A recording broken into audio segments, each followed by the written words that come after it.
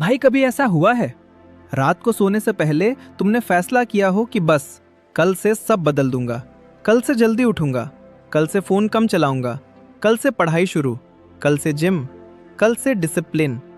लेकिन फिर अगले दिन सुबह अलार्म बजता है और तुम्हारा हाथ अपने आप स्नूज पर चला जाता है।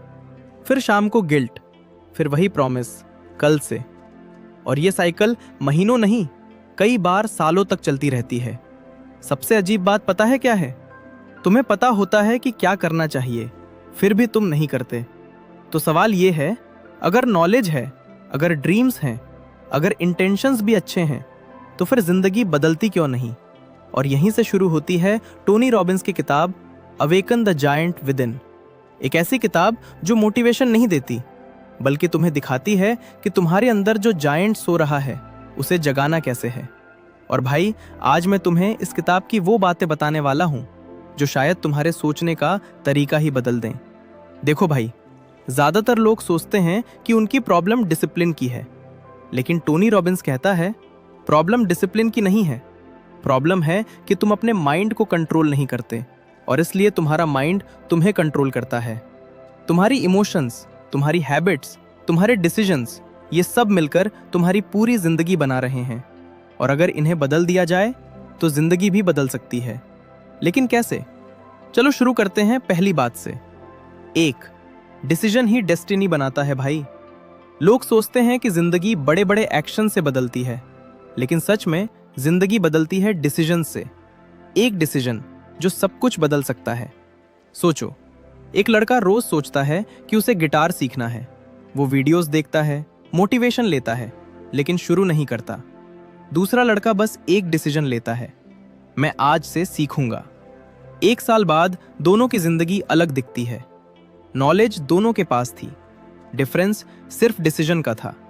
टोनी रॉबिन्स कहता है, जब तक डिसीजन ऐसा नहीं होता कि पीछे लौटने का ऑप्शन ही ना बचे, तब तक वो डिसीजन नहीं, सिर्फ विश है। और भाई, यहीं पर ज्यादातर लोग गलती करते हैं। लेकिन अगली बात उससे भी ज्यादा पावरफुल है। 2, पेन और प्लेजर तुम्हें चला रहे हैं। अब जरा सोचो, तुम फोन क्यों उठाते हो? तुम प्रोक्रेस्टिनेट क्यों करते हो? तुम अनहेल्दी चीजें क्यों खाते हो? क्योंकि तुम्हारा ब्रेन हमेशा पेन से बचना और प्लेजर की तरफ जाना चाहता है। सिंपल। अगर पढ़ाई पेन लगती है तो माइंड भागेगा, अगर इंस्टाग्राम प्लेजर लगता है तो माइंड वहीं जाएगा। लेकिन स्मार्ट लोग क्या करते हैं? वो एसोसिएशन बदल देते हैं। उन्हें प्रोक्रेस्टिनेशन पेनफुल लगने लगता है और ग्रोथ प्लेजरेबल। उदाहरण के लिए, मान लो एग्जाम आने वाला है। अगर तुम पढ़ाई नहीं करते तो फ्यूचर में रिग्रेट होगा, स्ट्रेस होगा, अपॉर्चुनिटीज मिस होंगी। जब ये पेन क्लियरली दिखने लगता है तब एक्शन लेना आसान हो जाता है। और भाई, जो अगली बात है वो शायद तुम्हारी पूरी आइडेंटिटी बदल सकती है। 3, तुम एक्शन से नहीं, आइडेंटिटी से चलते हो। बहुत लोग बोलते हैं मैं स्मोकिंग छोड़ना चाहता हूं, लेकिन अंदर से वो खुद को स्मोकर मानते हैं। फिर चेंज नहीं होता। क्यों? क्योंकि एक्शंस आइडेंटिटी को फॉलो करते हैं। टोनी रॉबिन्स कहता है, पहले खुद की पहचान बदलो। उदाहरण, अगर मैं खुद को म्यूजिशियन मानता हूं तो प्रैक्टिस करना नेचुरल लगेगा। अगर मैं खुद को रीडर मानता हूं तो किताबें पढ़ना स्ट्रगल नहीं लगेगा। अगर मैं खुद को डिसिप्लिन्ड पर्सन मानता हूं तो डिसिप्लिन फोर्स्ड नहीं लगेगा। तो सवाल है, तुम अपने बारे में क्या बिलीव करते हो? कहीं ऐसा तो नहीं कि तुम खुद ही अपने ऊपर लिमिटेशंस लगा रहे हो? और भाई, अब जो मैं बताने वाला हूं वो सबसे प्रैक्टिकल चीजों में से एक है। 4, क्वेश्चंस बदलो, लाइफ बदल जाएगी। ध्यान देना, तुम खुद से पूरे दिन सवाल पूछते रहते हो, लेकिन प्रॉब्लम यह है, ज्यादातर सवाल गलत होते हैं। मेरे साथ ही ऐसा क्यों होता है? मैं इतना अनलकी क्यों हूं? मैं इतना लेजी क्यों हूं? ब्रेन को सवाल मिल गया, अब वो जवाब ढूंढेगा, और जवाब भी मिल जाएगा, लेकिन नेगेटिव। अब सोचो, अगर सवाल बदल जाए, मैं आज क्या इंप्रूव कर सकता हूं? मैं इससे क्या सीख सकता हूं? मेरे पास कौन सा एडवांटेज है? अचानक ब्रेन सॉल्यूशंस ढूंढने लगता है। सिचुएशन वही रहती है, लेकिन माइंडसेट बदल जाता है, और यहीं से चेंज शुरू होता है। लेकिन भाई, एक और चीज है जो सबको रोकती है, फियर।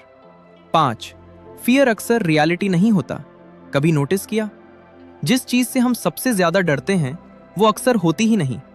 तुम सोचते हो लोग क्या कहेंगे, फेल हो गया तो, रिजेक्ट हो गया तो, लेकिन जब एक्शन लेते हो तो पता चलता है कि डर रियलिटी से बड़ा था।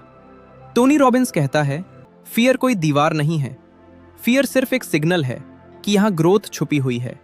मैंने एक बार एक लाइन पढ़ी थी, कंफर्ट जोन बहुत कंफर्टेबल होता है लेकिन वहां कुछ ग्रो नहीं करता।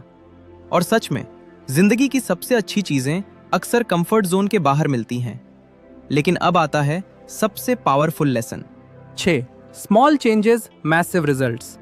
हम सब बड़ी ट्रांसफॉर्मेशन चाहते हैं लेकिन डेली एक्शंस इग्नोर करते हैं।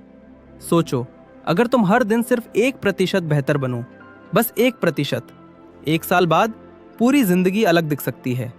1 पेज पढ़ना, 10 minute practice, 5 minute meditation, 30 minute skill learning. छोटे लगते हैं लेकिन कंपाउंड होते रहते हैं, जैसे बैंक में इंटरेस्ट, धीरे धीरे फिर अचानक। और यही सीक्रेट है जिसे लोग अंडर एस्टिमेट करते हैं। लेकिन एक आखिरी बात बची है जो पूरी किताब का हार्ट है। 7 इमोशन ही पावर है भाई। लोग सोचते हैं सक्सेस लॉजिक से आती है, लेकिन रियलिटी में सक्सेस इमोशंस मैनेज करने से आती है, क्योंकि एक्शन इमोशन से आता है। अगर तुम फ्रस्ट्रेटेड हो तो डिसीजंस अलग होंगे, अगर ग्रेटफुल हो तो डिसीजंस अलग होंगे। टोनी रॉबिन्स ग्रैटिट्यूड को बहुत इंपॉर्टेंट मानता है। क्यों? क्योंकि जब तुम जेन्युइनली थैंकफुल होते हो तो तुम्हारा फोकस प्रॉब्लम से हटकर पॉसिबिलिटीज पर चला जाता है, और वही माइंडसेट अपॉर्चुनिटीज देखता है जो बाकी लोग मिस कर देते हैं। तो भाई, आज हमने इस किताब से क्या सीखा? पहला, डिसीजन डेस्टिनी बनाता है। दूसरा, पेन और प्लेजर तुम्हारे एक्शंस को कंट्रोल करते हैं। तीसरा, आइडेंटिटी बदलो, एक्शंस अपने आप बदलेंगे। चौथा, क्वेश्चंस बदलो, आंसर्स बदल जाएंगे। पांचवा, फियर अक्सर रियलिटी नहीं होता। छठा, स्मॉल इंप्रूवमेंट्स ह्यूज रिजल्ट्स देते हैं। और सातवां, इमोशंस को कंट्रोल करना सीखो। लेकिन अगर पूरी वीडियो से सिर्फ एक बात याद रखनी हो तो वो ये है, तुम्हारी जिंदगी किसी एक दिन अचानक नहीं बदलने वाली। वो बदलती है उन छोटे डिसीजन से जो कोई नहीं देखता। आज, अभी, इस मोमेंट में, क्योंकि तुम्हारे अंदर जायंट पहले से मौजूद है। उसे बनाना नहीं है, बस जगाना है। अब मुझे कमेंट्स में एक बात बताओ, तुम्हारी जिंदगी का वो कौन सा एरिया है जहां तुम्हें लगता है कि तुम्हारा जायंट अभी भी सो रहा है? पढ़ाई, हेल्थ, म्यूजिक, करियर या कॉन्फिडेंस? मैं तुम्हारा जवाब जरूर पढ़ूंगा। और अगर वीडियो पसंद आई हो तो लाइक, सब्सक्राइब और रीडिंग डेस्क को सपोर्ट करना मत भूलना। मिलते हैं अगली वीडियो में।